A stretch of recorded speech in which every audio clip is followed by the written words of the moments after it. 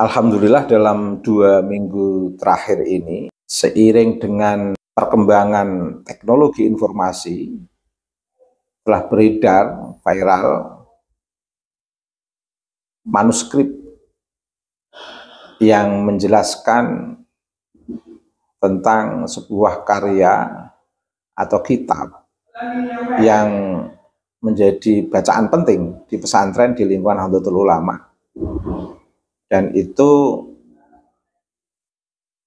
ada di era Wali Songo dan menjadi bagian dari hasanah karya Wali Songo. Dan anehnya kitab itu sekarang ini dibaca di lingkungan masyarakat pesantren bukan atas nama Wali Songo, tapi atas nama seorang mu'alif yang dinisbatkan dari kalangan Pak Alwi. Mengapa ini penting untuk saya ulas? Karena saya berharap dari pengurus besar Nahdlatul Ulama mengutus atau membuat tim khusus melakukan penelitian terkait dengan manuskrip ini. Apakah benar di dalam manuskrip ini ada karya dari karya Wali Songo yang sama dengan kitab yang notabene telah disusun oleh seorang mu'alif dari Pak Alwi yang sekarang ini telah menjadi bacaan penting di pesantren. Hasil simpulan tim yang dibentuk PBNU ini menjadi penting untuk memastikan sebenarnya kitab ini karya siapa. Apakah karya Wali Songo atau apakah karya sosok yang dinisbatkan dengan Pak Alwi. Kalau memang karya Wali Songo, harus dipastikan bahwa ini bukan karya yang dinisbatkan oleh seorang penulis atau mu'alif dari kalangan Pak Alwi. Nah, mengapa ini penting? Karena untuk menghindari hegemoni dari kalangan Pak Alwi, yang kita tahu semua yang bersumber dari Pak Alwi menjadi instrumen untuk membangun hegemoni. Ini kan persoalan. Ini akan menjadi berbeda ketika ada sebuah kelompok yang tidak pernah menggunakan instrumen-instrumen dari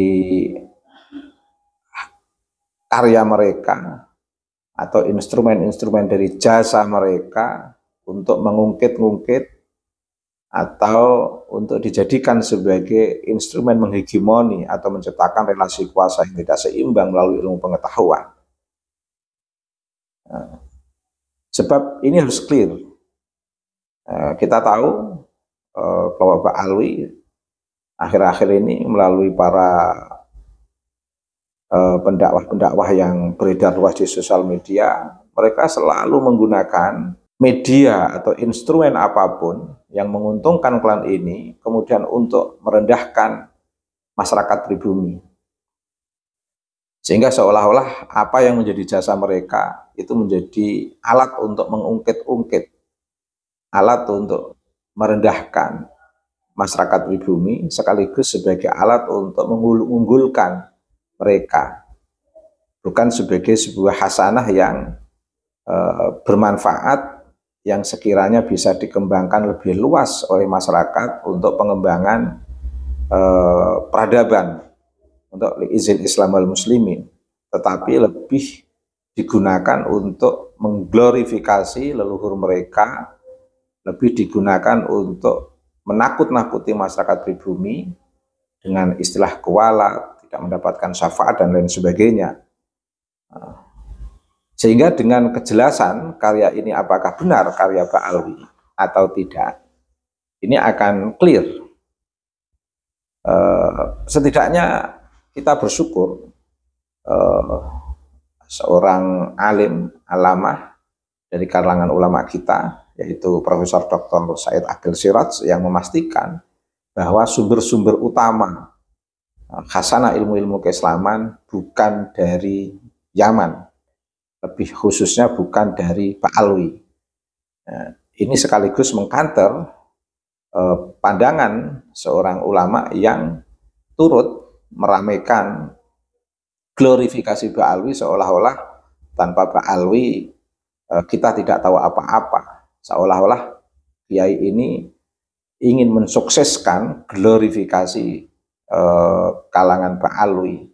Tetapi alhamdulillah hadir Kiai Haji Said Akil Sirot memastikan apa yang telah dipaparkan beliau, sumber-sumber keutamaan ilmu-ilmu keislamaan, sumber-sumber utama ilmu-ilmu keislamaan bukanlah dari Pak Alwi. Ini menarik. Dan ini sebagai sebuah awal fondasi kita untuk tidak terjebak atau terhegemoni atau terdistorsi atau terendahkan oleh relasi kuasa yang tidak seimbang yang diciptakan oleh Pak Alwi melalui ilmu pengetahuan. Dan ini bisa dikembangkan lebih lanjut terkait dengan temuan manuskrip yang dalam 1-2 minggu ini beredar luas di sosial media, yang ternyata dalam manuskrip tersebut menegaskan salah satu kitab penting di pesantren di lingkungan Nahdlatul Ulama, yang saya belum mau menyebutkan nama kitabnya, di sosial media sudah beredar luas. Ini bukanlah karya Mbak Alwi, tapi sebelumnya sudah ada di era Wali Songo, dan itu ada di manuskrip tersebut. Dan ini perlu diteliti dari kajian filologi, dan sekaligus nanti bisa dijelaskan siapa sebenarnya dalam tanda kutip yang menyalahgunakan karya yang sudah muncul jauh sebelumnya, tiba-tiba dinisbahkan oleh orang yang baru datang kemudian sebagai seorang mu'alif dari kitab ini. Atau memang mu'alif ini sebenarnya mensarai apa yang ada di manuskrip tersebut sebagai upaya untuk penguatan teks. Tapi sehingga sebenarnya bisa dijelaskan manuskrip sebagai karya aslinya, tambahan-tambahan dari mu'alif yang datang jauh sesudah manuskrip ini sebagai pensyarah atau duduk persoalan yang benar seperti apa. Apakah karena menisbatkan diri sebagai mu'alif kitab yang notabene sudah ditemukan, ditulis jauh sebelumnya, atau sebagai pensyarah. Nanti bisa dijelaskan dari hasil penelitian yang diterjunkan oleh PBNU. Ini penting karena tradisi Bali berbeda dengan tradisi Bani Jawi. Kalau masyarakat Nusantara atau secara khusus ulama-ulama Nusantara itu tidak pernah menjadikan jasa karya besar mereka itu sebagai sebuah instrumen untuk membangun hegemoni. Karya-karya yang muncul dari kalangan ulama Nusantara itu sebagai sebuah karya yang memang dipersembahkan untuk peradaban, sehingga tidak menjadi satu kekayaan keilmuan yang bisa dijadikan sebagai instrumen para dzurriyahnya untuk membangun kelas di tengah masyarakat. Sehingga putra-putra pengarang, putra-putra penulis dari ulama Nusantara itu tidak ada yang menguatkan dzurriyah mereka untuk menciptakan kelas melalui instrumen karya itu. Sehingga ulama-ulama kita, jangankan begitu, ulama-ulama kita di Nusantara ini dari kalangan Bani Jawi itu mereka punya banyak santri, tapi putra-putranya tidak menjadikan pembelajaran para santri kepada orang tuanya itu sebagai aset, sebagai capital untuk menciptakan kelas di hadapan para santri. Tidak ada itu tradisi itu di kalangan masyarakat Jawa. Sehingga anak seorang kiai di hadapan para santri itu relasinya relasi secara egalitarianisme, relasi dalam konteks kesetaraan dan kemanusiaan. Bukan setelah para santri nyantri di salah seorang kiai kemudian itu menjadi kawasan emas anak kiai untuk menciptakan kelas atau relasi kuasa. Itu tidak terjadi di kalangan masyarakat Nusantara, sehingga anak kiai dengan santri itu terjalin secara egalitarianisme, secara kesetaraan dan kemanusiaan. Tapi yang menjadi problem ketika itu terjadi di lingkungan Pak Alwi, santri mondok di salah seorang Pak Alwi itu akan menjadi modal capital, cost capital anak Pak Alwi untuk menghegemoni para alumni orang tuanya atau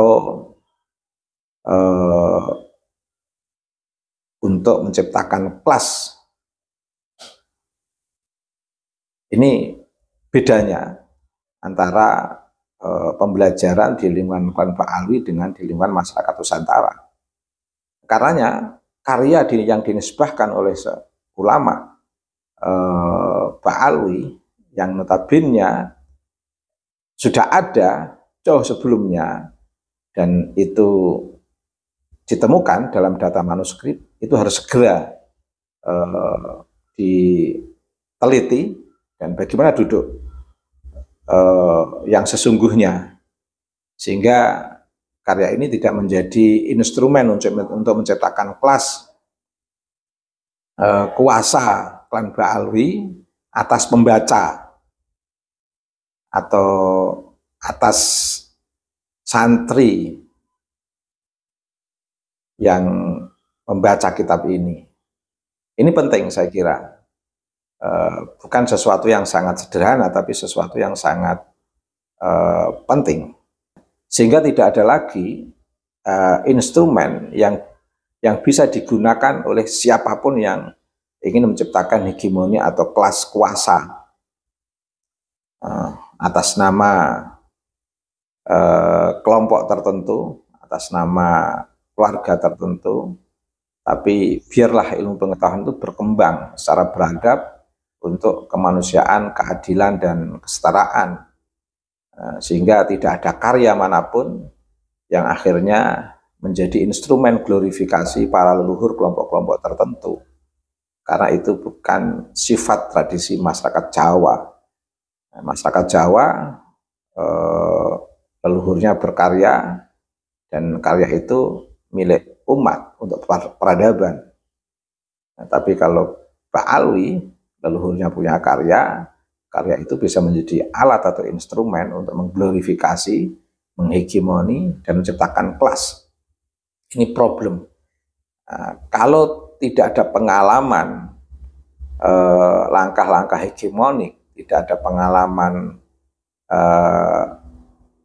relasi kuasa yang diciptakan oleh Pak Alwi di tengah masyarakat pribumi ini, mungkin tidak begitu mengkhawatirkan. Karena sudah terjadi pengalaman bahwa memang Pak Alwi ini hadirnya untuk menghegemoni, untuk menciptakan kelas, bahkan sangat merendahkan masyarakat pribumi. Sehingga hal-hal yang bersumber dari Pak Alwi mesti harus diverifikasi untuk menghindari kelas yang diciptakan secara hegemonik oleh klan Pak Alwi terhadap masyarakat pribumi atau masyarakat Nusantara. Saya mohon PBNU untuk betul-betul melakukan riset atas beredarnya informasi terkait dengan adanya manuskrip yang ternyata di situ ditemukan kitab yang dibaca di lingkungan masyarakat pesantren yang notabene telah dinisbahkan oleh mu'alif yang jauh setelah zaman Wali Songo. Dan ini penting sekali. Saya mohon tidak ada bedanya dengan meluruskan sejarah PBNU yang sedang dibelokkan. Ini meluruskan karya Wali Songo yang juga dibelokkan kalau memang itu benar, yang notabene adalah menjadi bacaan penting di lingkungan masyarakat pesantren. Semoga harapan saya ini didengar oleh pengurus besar Nahdlatul Ulama atau badan otonom di lingkungan pengurus besar Nahdlatul Ulama sebagai gawang tradisi Islam Nusantara atau sebagai gawang tradisi pesantren dari kalangan ulama di lingkungan Nahdlatul Ulama. Terima kasih, semoga bermanfaat. Subhanakallahumma wa bihamdika mil'al mizan wa muntahal ilmi wa mablaghar ridha wa zinatal arsh. Asyhadu an la ilaha illa anta astaghfiruka wa atubu ilaika. Wa sallallahu ala sayyidina Muhammadin wa ala alihi wa sahbihi wa baraka wa sallama walhamdulillahi rabbil alamin.